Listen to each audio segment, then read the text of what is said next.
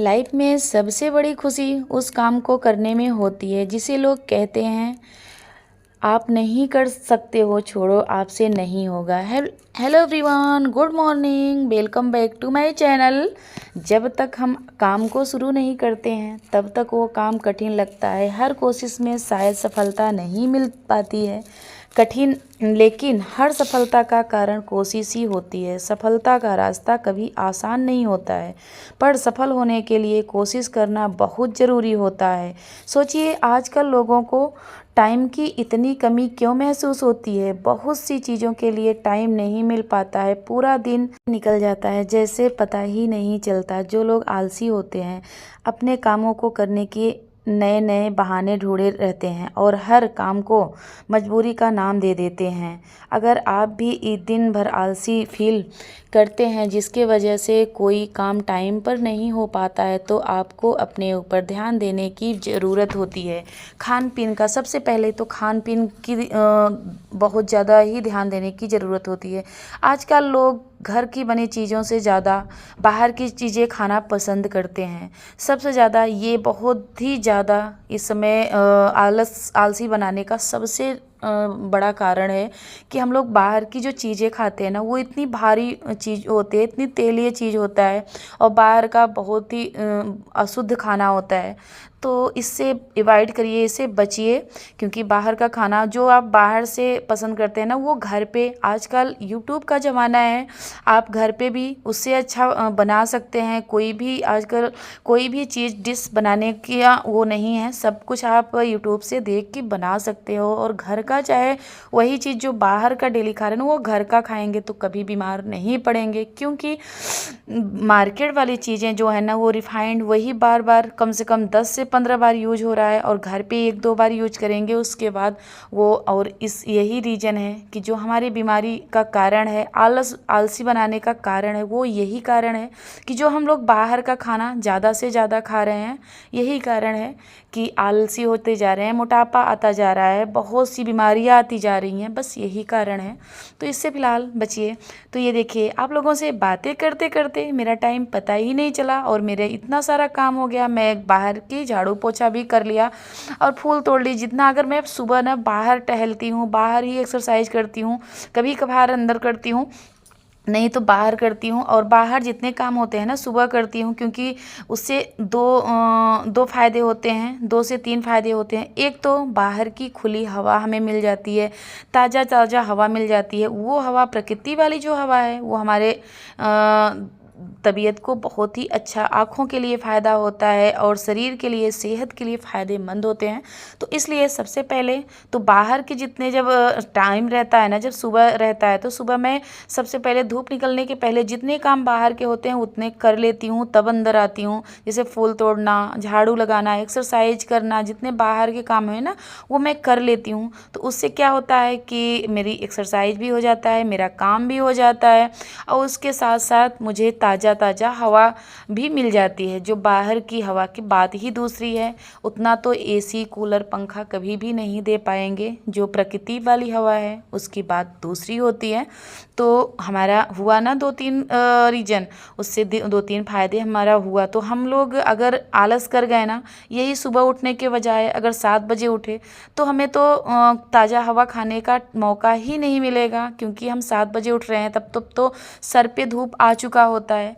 तो इसलिए जो आलस करते हैं वो बहुत चीज़ों से वंचित रह जाते हैं। अगर जो आलस नहीं किए, अगर 4 बजे, 4:30 बजे उठ गए तो उनका जो काम है वो पूरा टाइम पर हो जाता है और उसके बाद जो सेहत है ना वो बहुत बिल्कुल फिट होती है।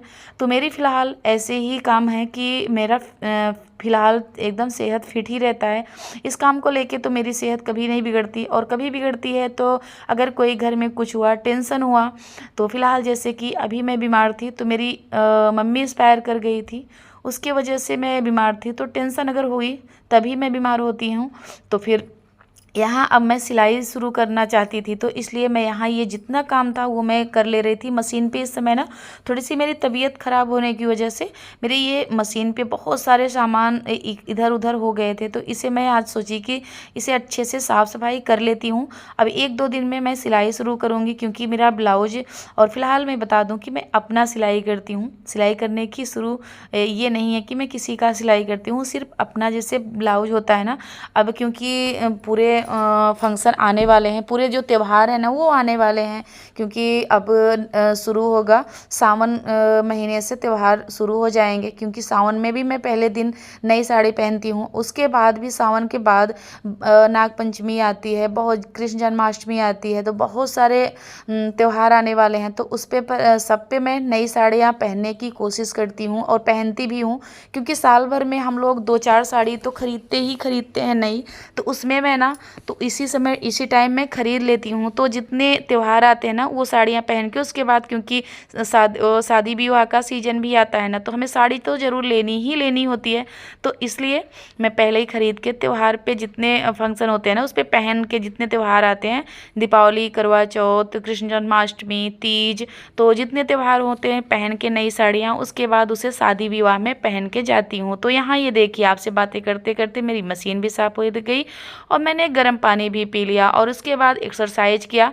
फिर आ गई यहाँ, तो मेरे पतिदेव आ गए और वो भी कर थोड़ा बहुत वो भी सुबह मुझे मेरा हेल्प कर देते हैं। तो क्योंकि जैसे चरी काटनी होती है ना, तो अब बहुत ज़्यादा ही कठिन हो गई है, अब बहुत बड़ी हो गई है ना, तो अकेले कटने में बहुत ही दिक्कतें आती हैं। तो इसलिए वो हेल्प कर देते हैं, थोड़ा सा वो कट कर देते हैं, थोड़ा सा मैं कट कर देती हूँ, तो जल्दी हो जाता है। तो यहाँ चरी वगैरह कट हो गई थी और मुझे लगाने थे झाड़ू, तो मैं आ गई यहाँ, फटाफट से लगाने लगी झाड़ू। और मेरी चारों गऊ माता खा रही हैं और सबको वो डाल दिया चारा वगैरह, और सबको जो होता है ना चोकर वगैरह सब कुछ डाल दिया, सब खाने लगी। तो मैं यहाँ झाड़ू फटाफट से लगा लेती हूँ अपने, ये इसे भी इधर क्लीन कर देती हूँ, तो फिर घर का झाड़ू पोछा बचेगा। तो सबसे पहले ये होता है ना कि इन लोगों का करके उसके बाद तब मैं स्नान कर लेती हूँ, क्योंकि मेरा यहाँ पूरा तो दिखाती नहीं हूँ, नहीं तो कम से कम मुझे 1 घंटे यहाँ लगते हैं। चरी काटती हूँ, पूरा इन गाय भैंस को डालती हूँ चारा, उसके बाद जो खली और चोकर होते हैं वो सब डालती हूँ, फिर ये झाड़ू वगैरह लगाती हूँ। तो कल थोड़ी सी बारिश हुई थी और यहाँ पानी भी भर गया था, तो ये सब नहीं हटाओ ना, तो यहाँ मच्छर आ जाते हैं। तो फिर जो गाय भैंस हैं, जो गौ माता लोग हैं ना, इनको बहुत ज़्यादा दिक्कतें होती है, ये लोग परेशान हो जाती हैं अगर मच्छर काटने लगते हैं।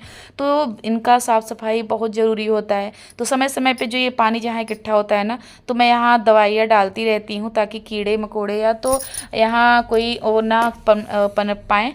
तो यहाँ मैं चाय रख के चली गई थी, तो ये देखिए चाय की मेरी हालत। तो इतने काम होते हैं ना कि पूछिए नहीं। फ़िलहाल मैंने चाय बंद कर दिया है और अपने हस्बैंड जी के लिए चाय बना रही थी, और ये चाय गुड़ की है, उनको भी चीनी की चाय नहीं देती हूँ। तो ये देखिए, मैं शाम को ये भिगो के रखी थी, जो कि आप लोगों के साथ नेक्स्ट ब्लॉग में शेयर किया था।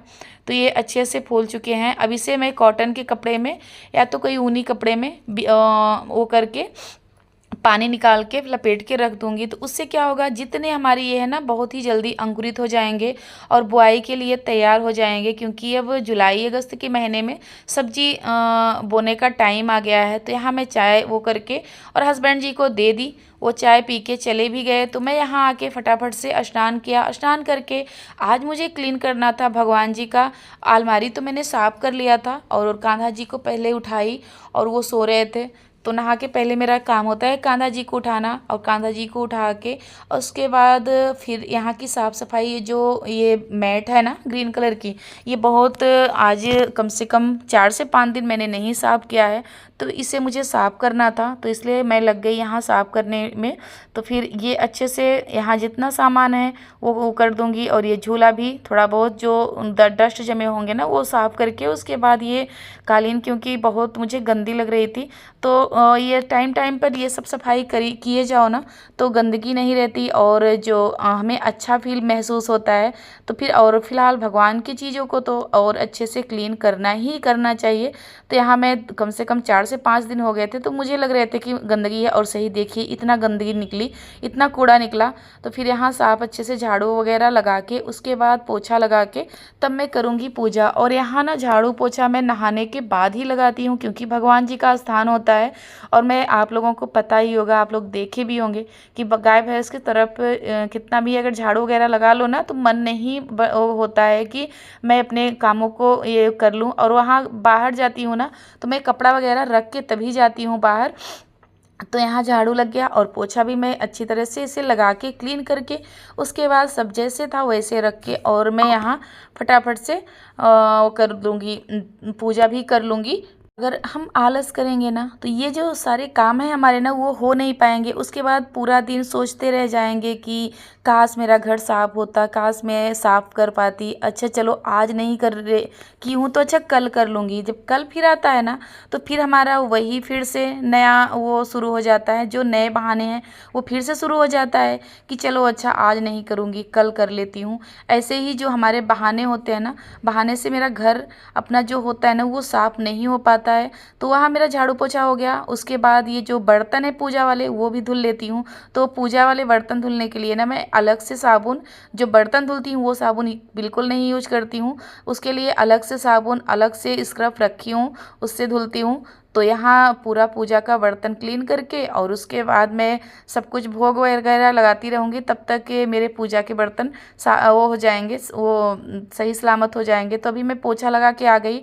तो हाँ, जब तक वो डेकोरेट करूँगी, वो बिछाऊँगी, सब कुछ करूँगी ना, तब तक ये मेरे पूजा के बर्तन सूख जाएंगे। ये देखिए ये सारे पूजा के बर्तन है, ये रख दे रही हूँ ऐसे सूखने के लिए। तब तक फ़ैन चलाई हूँ और यहाँ जो मैं पोछा लगाई थी, यहाँ सूख चुका है फर्श। तो मैं ये जो जहाँ था सामान वो रख दे रही हूँ। कान्हा जी को गौ माता बहुत पसंद है, तो गौ माता को रख दिया और यहाँ सब कुछ रख दिया। तब तक मैं ये करती रह गई, तब तक मेरी देवरानी आ गई थी पूजा करने, क्योंकि उनकी एनिवर्सरी थी आज। और तो वो भी आ गई पूजा करने। मेरे इस ब्लॉग में पहली बार मैं अपने घर के सदस्य को पहली बार दिखाई हूँ और फिलहाल आगे आप लोगों को मिलवाऊंगी, पर अभी आप लोग धैर्य बनाए रखिए। तो फिर वहाँ पूजा पाठ करके और मैं दाल भी चढ़ा दिया और दाल उधर पक रही थी और मैं यहाँ कर लेती हूँ सफाई अच्छे से। तो यहाँ क्लीन करने लगी, पूरे घर को अच्छे से सफाई करने लगी। तो एक एक जो कोना कोना होता है ना, उसे सफाई करना बहुत ज़रूरी होता है। कभी कभी तो बिल्कुल डीप क्लीनिंग करती हूँ, कभी कभी तो ऐसे होता है कि साफ सफाई जैसे नॉर्मल ढंग से होता है उस ढंग से कर लेती हूँ। कभी कभी जो सोफ़ा वगैरह है वो सब हटा हटा के करती हूँ। और फिलहाल तो वैसे तो मैं डेली का डेली करती जाती हूँ, पर कभी कभार है कि मैं बिल्कुल डीप क्लीनिंग करती हूँ ना, तो बहुत ज़्यादा ही। पर इस समय तो अभी 1-2 दिन बात करूँगी, क्योंकि एक अभी हफ्ते भर नहीं हुए हैं करी किए, पर 3 से 4 दिन या तो ये हफ्ते भर में मैं सोफ़ा वगैरह के नीचे नीचे कर लेती हूँ। क्योंकि कभी कभी हमारे घर में ना चूहे वास कर जाते हैं, चूहे आ जाते हैं ना, तो फिर जो सोफ़ा है उसे कुतर देते हैं। और मैं मायके गई थी ना, तो मेरा फ़िलहाल सोफ़ा बहुत ज़्यादा ही ख़राब कर दिए। तो मैं यहाँ झाड़ू पोछा कर ही रही थी, तब तक ये आ गई जामुन। तो जामुन मेरा फेवरेट है और फिलहाल साल भर में एक बार जामुन तो खाना ही खाना चाहिए, क्योंकि इसके बहुत ही फ़ायदे हैं, अनेकों फ़ायदे हैं। उसके एक फ़ायदा तो सबसे ज़रूरी है, क्या होता है ना, अगर जामुन खाएं, अगर साल भर में अगर मेरे पेट, हम लोगों के पेट में जो बाल होता है ना, बाल गया होता है, तो उसे और तो कोई नहीं पर जामुन गला देता है। उसमें इतनी शक्ति होती है और बहुत ही फ़ायदे होते हैं। तो जामुन बस इसी मौसम में आता है, वो भी 10 से 15 दिन या तो 1 महीने ले लो चलेगा, नहीं तो उससे ज़्यादा नहीं जामुन चलता है। तो उसमें आप लोग भी ज़रूर से ज़रूर खाइए, क्योंकि ये मौसम वाले फल होते हैं ना, ये डेली हमेशा तो मिलते नहीं हैं, तो ये ज़रूर खाने चाहिए। तो हाँ, मैंने जामुन खाया और बच्चों को भी खिलाया। खिला के उसके बाद फिर से आ गई। मुझे ये क्रीम जो दूध का मलाई होता है ना, वो मैं इकट्ठे करने करिए जाती हूँ, तो उसे मुझे आज मसना था और भगवान जी के लिए घी बनाना था। और फिलहाल मैं घी तो है पर जैसे बाती ख़त्म हो गई थी तो उसे डुबोना था। तो मैं ताज़ा ताज़ा घी जब वो होता है ना, जब बनाती हूँ तभी भगवान जी के लिए बत्ती बना के रख लेती हूँ।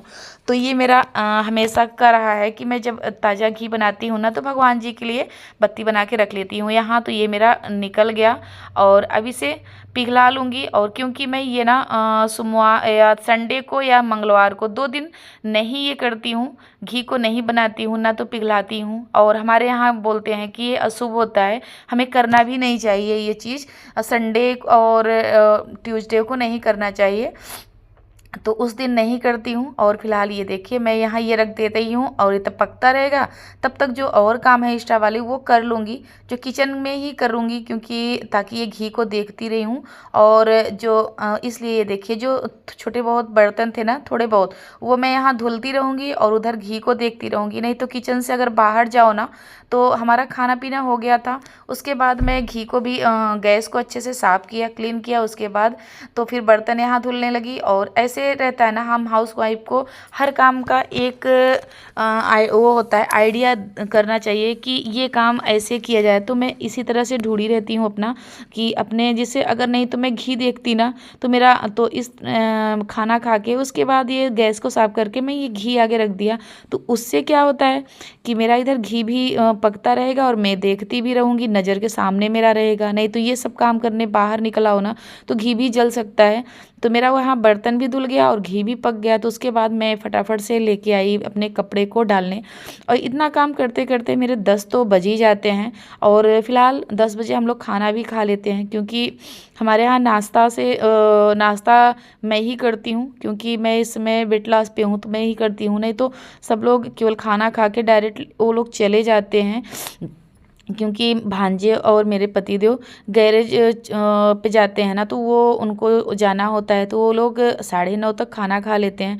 तो यहाँ मैं बहुत ज़्यादा ही कपड़े साफ़ किया था, तो वो मैं यहाँ फटाफट से डालूँगी कपड़े को और उसके बाद चलूँगी, देखूँगी और जो काम है वो करूँगी। तो मेरा ब्लॉग कैसा लगता है, अगर आप लोगों को कोई मेरे ब्लॉग में कमी हो तो ज़रूर कमेंट करके बताइएगा। यही अपने ब्लॉग का करती हुई, अगर पसंद आया हो तो लाइक करिए, सब्सक्राइब करिए, ज़्यादा से ज़्यादा शेयर करिए।